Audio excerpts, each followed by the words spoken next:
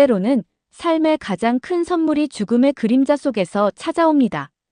의사가 제게 더 이상 손을 쓸 수 없다는 말을 전했을 때 세상이 무너지는 것 같았습니다.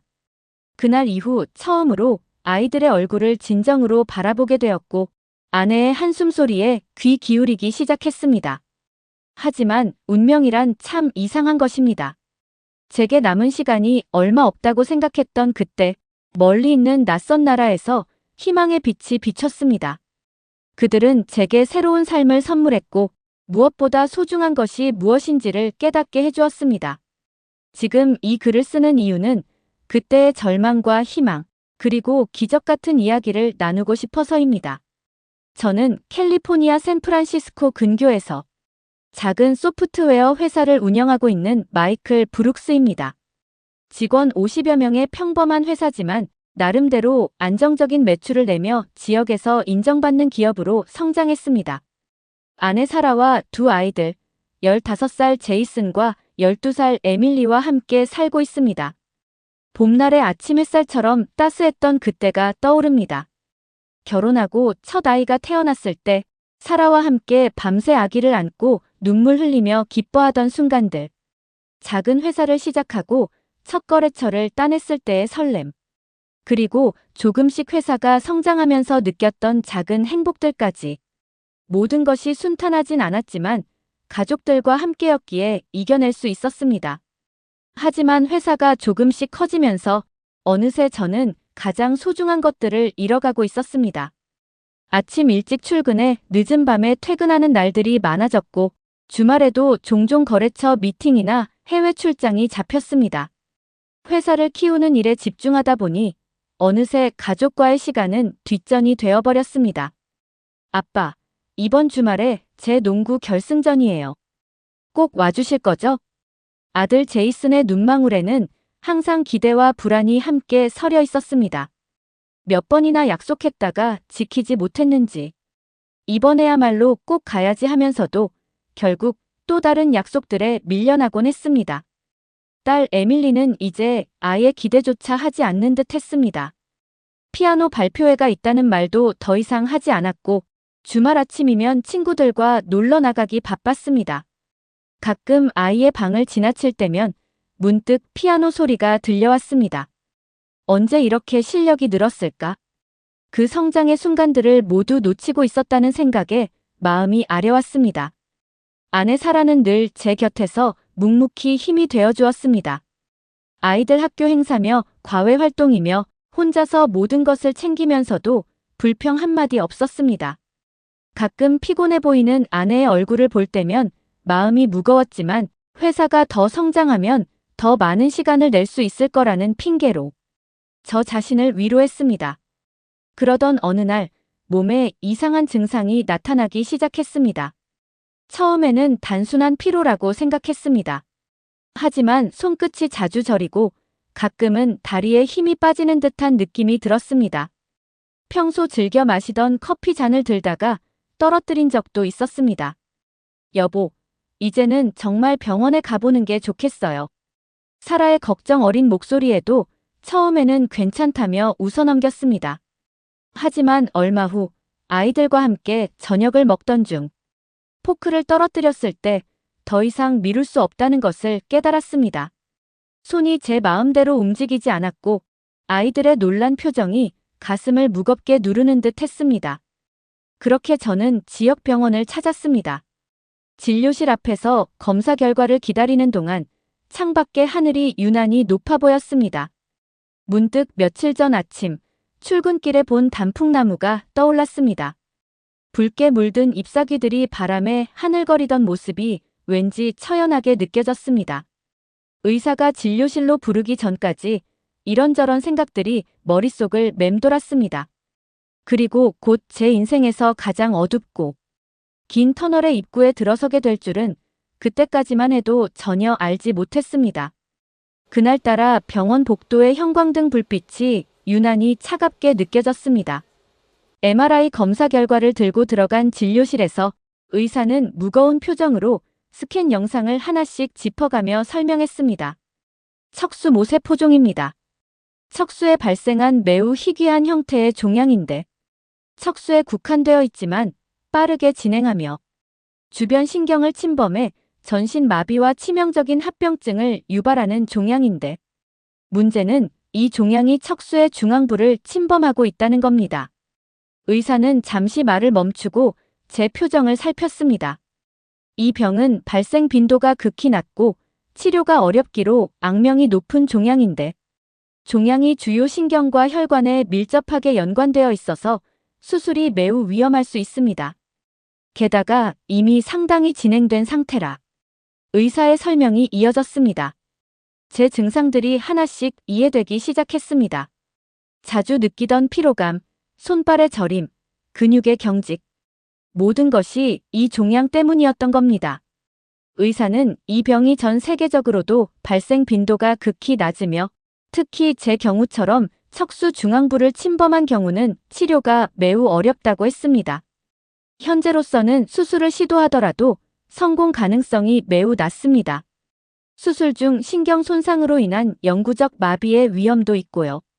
항암 치료를 시도해 볼 수는 있지만 의사의 목소리가 점점 희미해져 갔습니다. 병원을 나와 차에 앉아 있는 동안 창밖으로 보이는 사람들의 일상적인 모습이 마치 다른 세상의 일처럼 느껴졌습니다. 주차장에서 아이의 손을 잡고 걸어가는 부부, 친구와 웃으며 이야기하는 간호사들. 불과 몇 시간 전까지만 해도 저의 일상이었을 풍경들이 이제는 그저 부러움의 대상이 되어버렸습니다.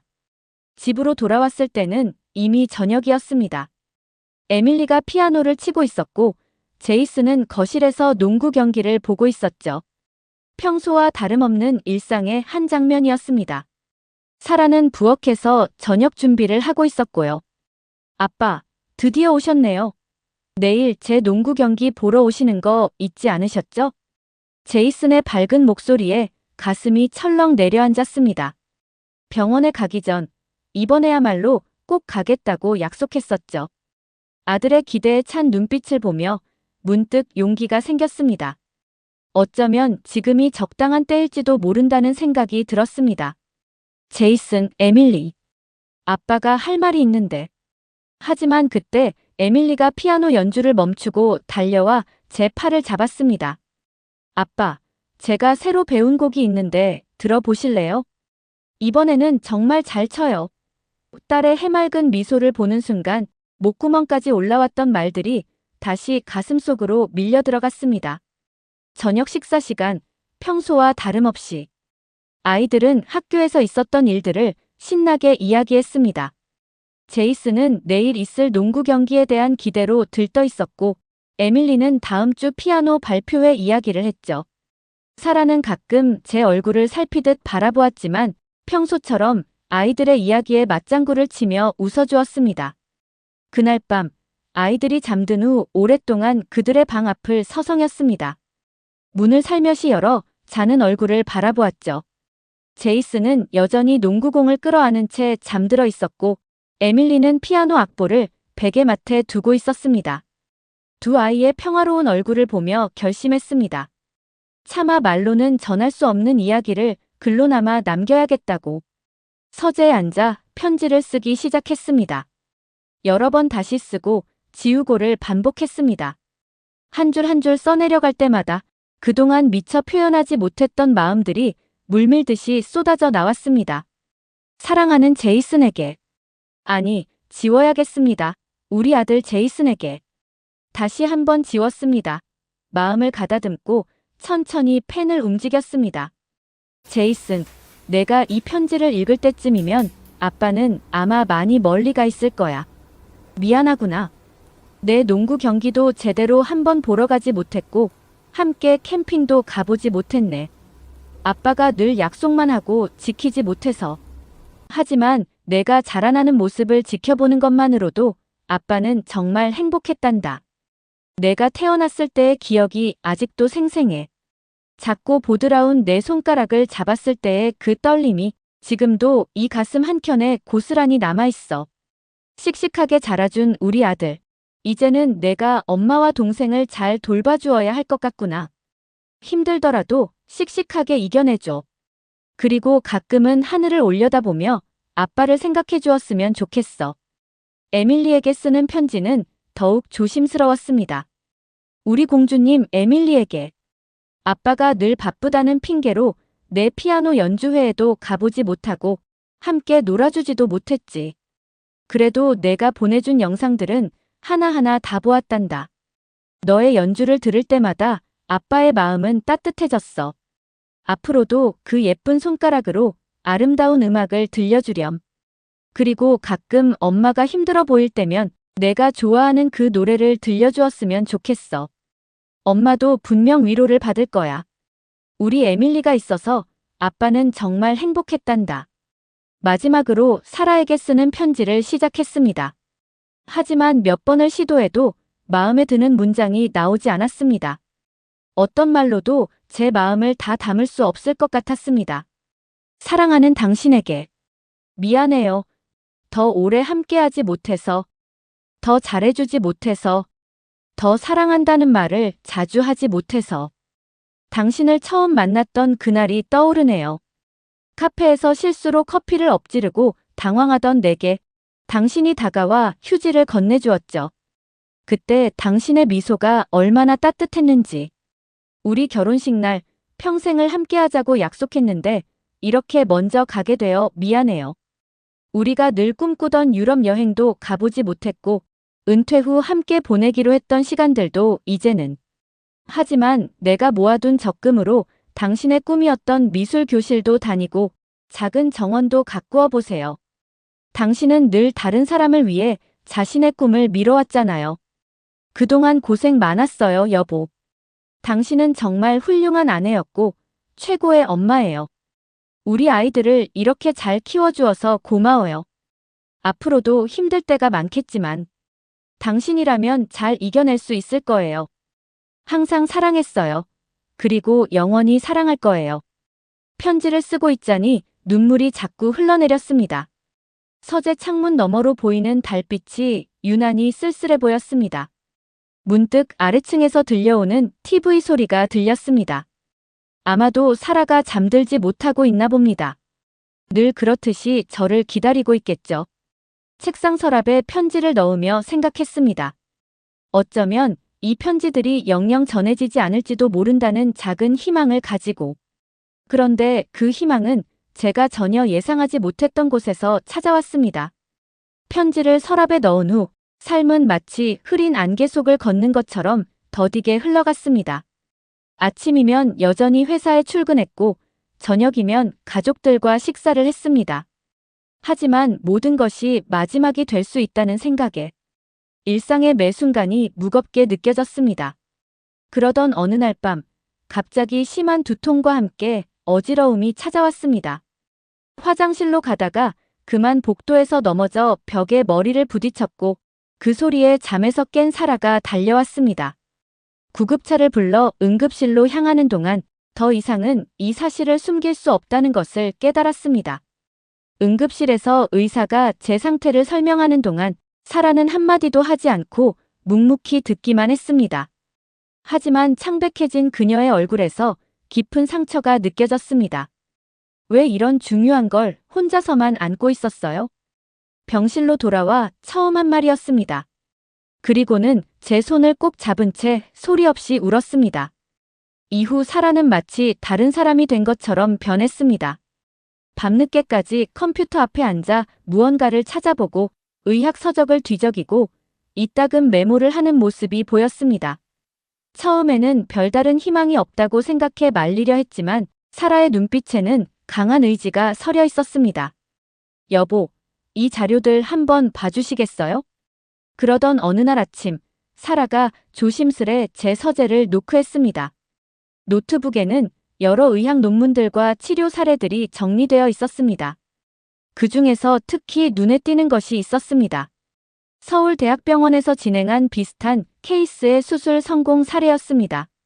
물론 모든 케이스가 다르다는 걸 알아요.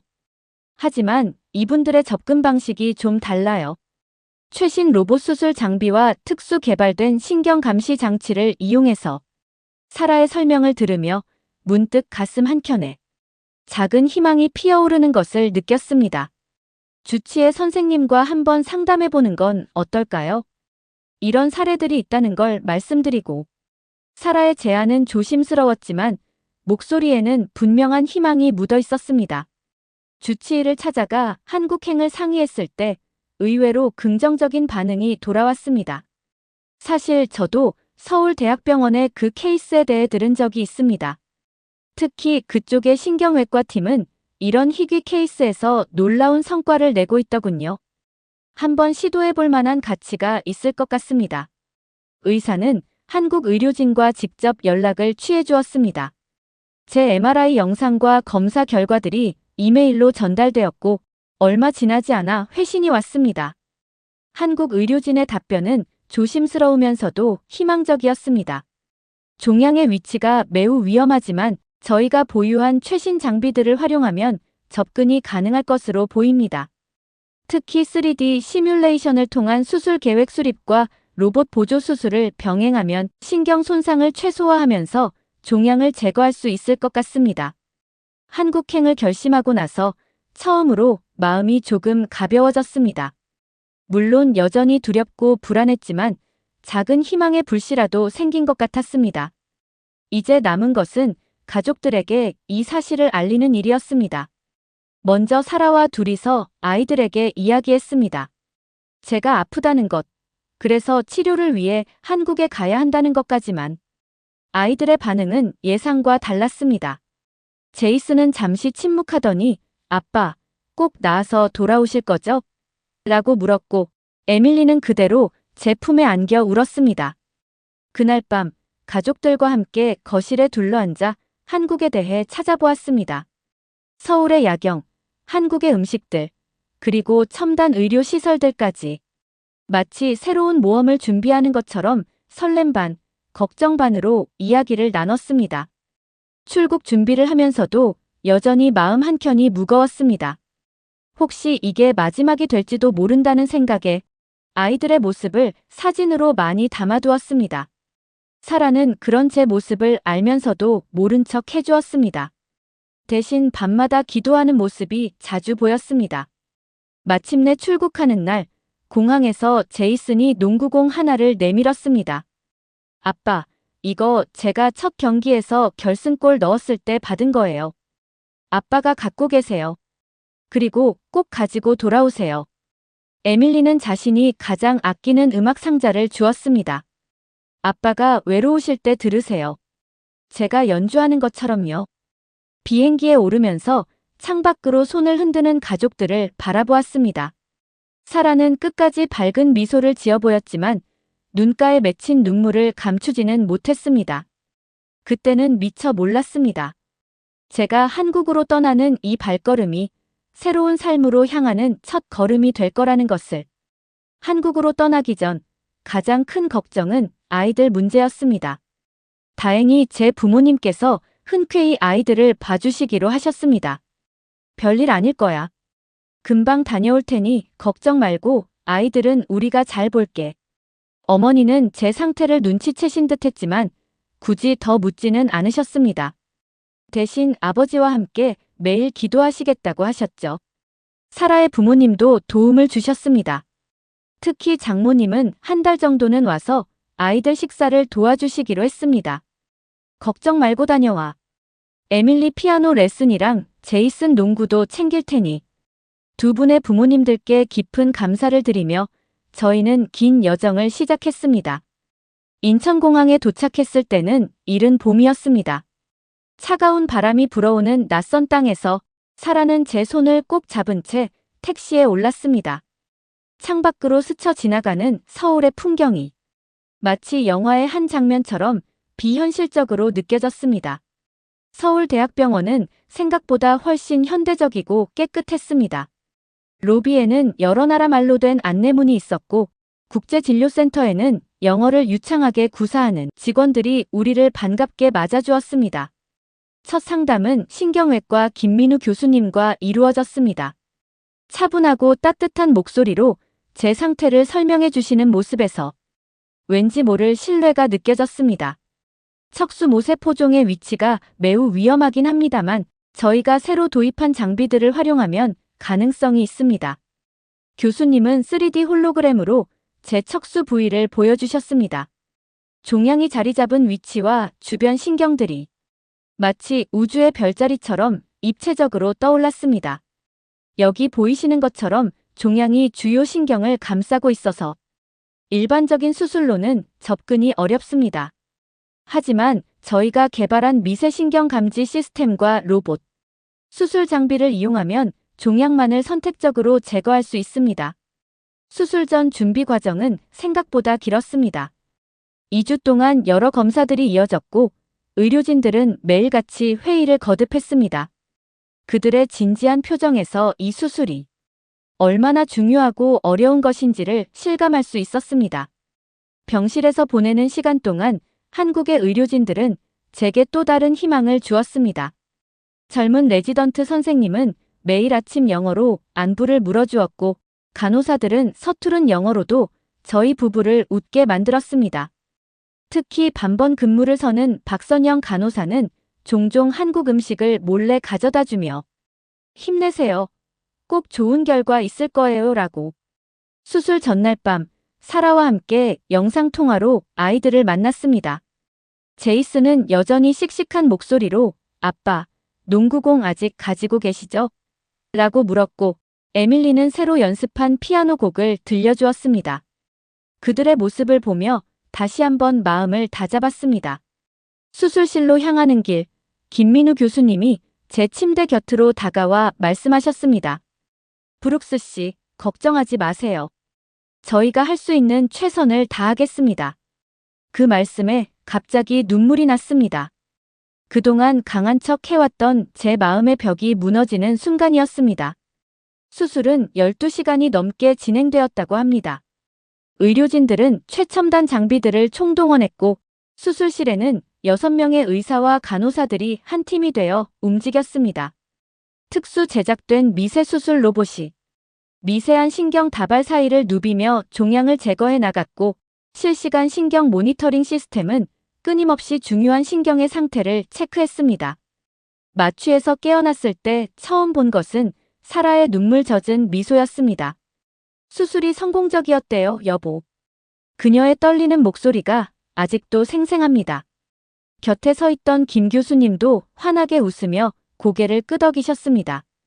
중환자실에서 며칠을 보내는 동안 한국의 의료진들은 마치 천사처럼 저를 돌봐주었습니다. 밤낮으로 제 상태를 체크하고 작은 변화에도 즉각적으로 대응했습니다. 특히 재활치료를 맡은 이수진 선생님은 끊임없는 격려와 함께 제가 다시 걸을 수 있다는 희망을 주셨습니다.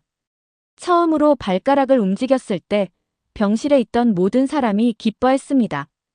그리고 한 달 후 마침내 제가 혼자서 첫 걸음을 떼었을 때는 의료진들도 함께 눈시울을 붉혔습니다.